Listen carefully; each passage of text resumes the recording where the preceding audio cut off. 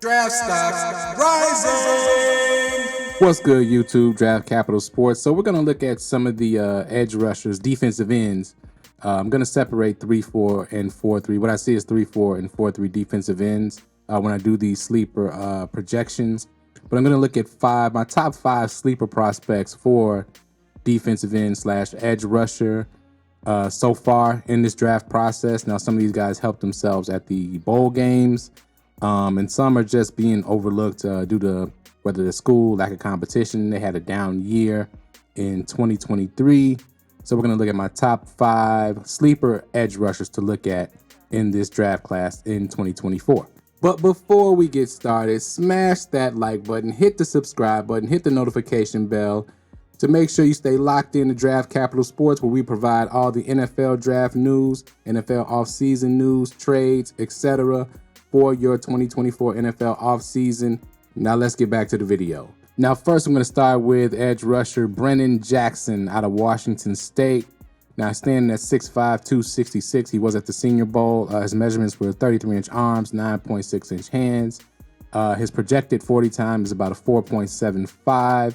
That's about a 81 in speed on Madden, I think, if you play Madden. But this past season, Jackson exploded. Now he had productive seasons in 2021 and 2022, but this past season he had 8.5 sacks, 12.5 tackles for loss, 3 pass deflections, 4 fumble recoveries, and 3 touchdowns on those fumble recoveries.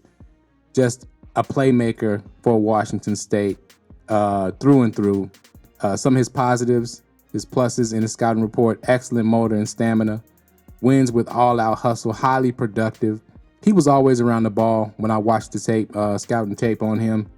Very, very good at hand usage, very good at keeping the blocker at arm's length, which is very, very key to being a good pass rusher. He's a little bit ahead of the curve, I would say, in his pass rushing for a rookie coming into the NFL, so he'll probably have more of an immediate impact than most, I would say, especially with his size and length. Now, how much of a riser he's going to be up the draft boards, I'm not sure. It depends on if he performs at the combine, if he's invited to the combine, and what his numbers are there, because his productivity screams day 1, day 2 at least. I wouldn't say day 1, but day 2. And right now he's projected to be a mid to late day 3 player, I believe. So Brennan Jackson is definitely a name to keep an eye out on if your team needs that defensive end / edge rusher. Now, next on my list is Chico Bennett Jr. out of Georgia Tech, standing at 6'4", 252 pounds. Now, he wasn't at either of the bowl games, but he's definitely a very good pass rusher, very balanced defensive end. Now, this past season at Georgia Tech was a bit of a down year for him, but in 2022, he had 7 sacks, 7.5 tackles for loss, 2 forced fumbles, and 34 overall pressures. His pressure rate was still pretty high. I believe he had about 28, but he didn't get as many sacks as he did the previous year. Not sure if that was due to injury or teams just scheming against him a little bit better, but the skill level was still there in his 2023 tape. Now, some of his positives: he has a pro-level pass rush skill. He's very quick to react and locate the ball. Again, another active guy. He's more athletic, I would say, than Brennan Jackson is. He's more of a speed rusher, and that gets into some of his weaknesses a little bit. He's more finesse than power. With his athleticism, I would expect his get-off on the snap to be a little bit more consistent and a little bit quicker. But other than that, he's very rangy, can chase down runners from behind. As you can see, he has the speed at his size to be an impact player at the next level. With a little strength conditioning and a little more coaching, I think Chico Bennett could be a name to watch in the NFL. So next up, we have Kansas edge rusher Austin Booker, standing at 6'4", 240 pounds. He was also at the Senior Bowl, I believe. And there's arms measured out to 34 inches, hands 9 1/8. Speed is projected to be about a 4.76. I'm going to be honest, he looks faster than that on tape, and he definitely looked faster or quicker than that in the practices. Now, this past season at Kansas, he had 9 sacks, 12 tackles for loss, 2 forced fumbles, 37 overall pressures. He has an impressive combination of length and speed.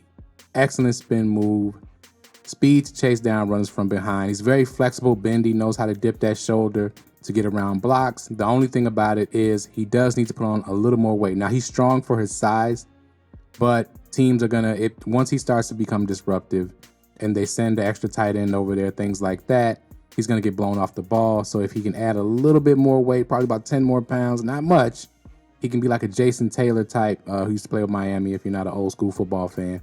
But definitely a name to watch, Austin Booker. Now, I could see him as a late day 2 pick, but probably still a day 3 pick. There's a lot of edge rushers in this draft, and we'll just have to wait and see how everything shakes out.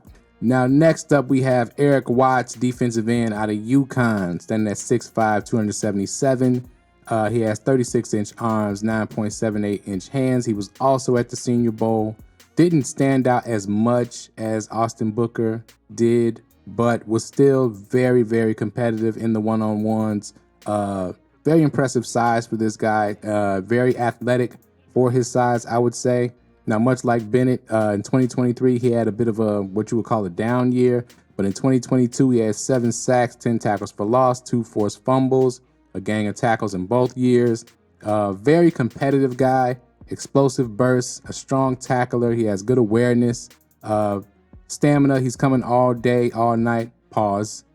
A team leader, inside, outside capability. He can line up, especially on passing downs inside, and still get pass rush. Can handle a double team. Knows how to split a double team, I should say. But his weakness is he needs a counter move when rushing. He relies on bull rush a little bit too much. Needs to improve his hand usage to get those blocks off of him. Maybe gets caught wrestling a little bit too much. But other than that, Eric Watts is a good prospect. Look for your team. Probably a day 3 prospect at this point, unless he blows up the combine or something like that. But definitely a guy to look out for, Eric Watts out of UConn, edge rusher. Now, last but certainly not least is Andre Carter out of Indiana and Western Michigan. Now, he had his most productive years at Western Michigan. Now, he stands at 6'5", 273 pounds.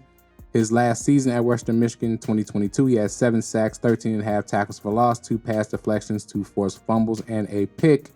This past season for the Hoosiers was not as productive, but he still showed tenacity and was a dominant player on that defensive side, even though the Hoosiers weren't that great.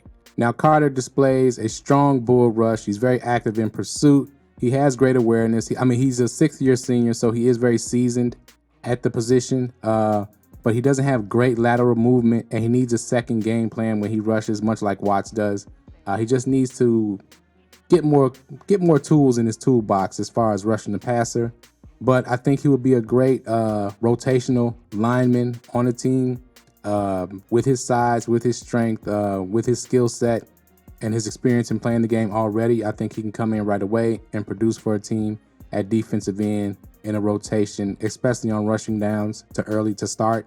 And as he develops more pass moves, he could be more of a disruptive third down player as well. So there we have it. As of right now, in February, early February 2024, those are my top 5 sleeper edge rushers coming into this 2024 NFL draft. As always, stay tuned for Draft Capital Sports. You know what to do. Hit the like button, hit the subscribe button, hit that notification bell. Coming at you all off season with NFL news, draft news. Thank you for watching. Peace.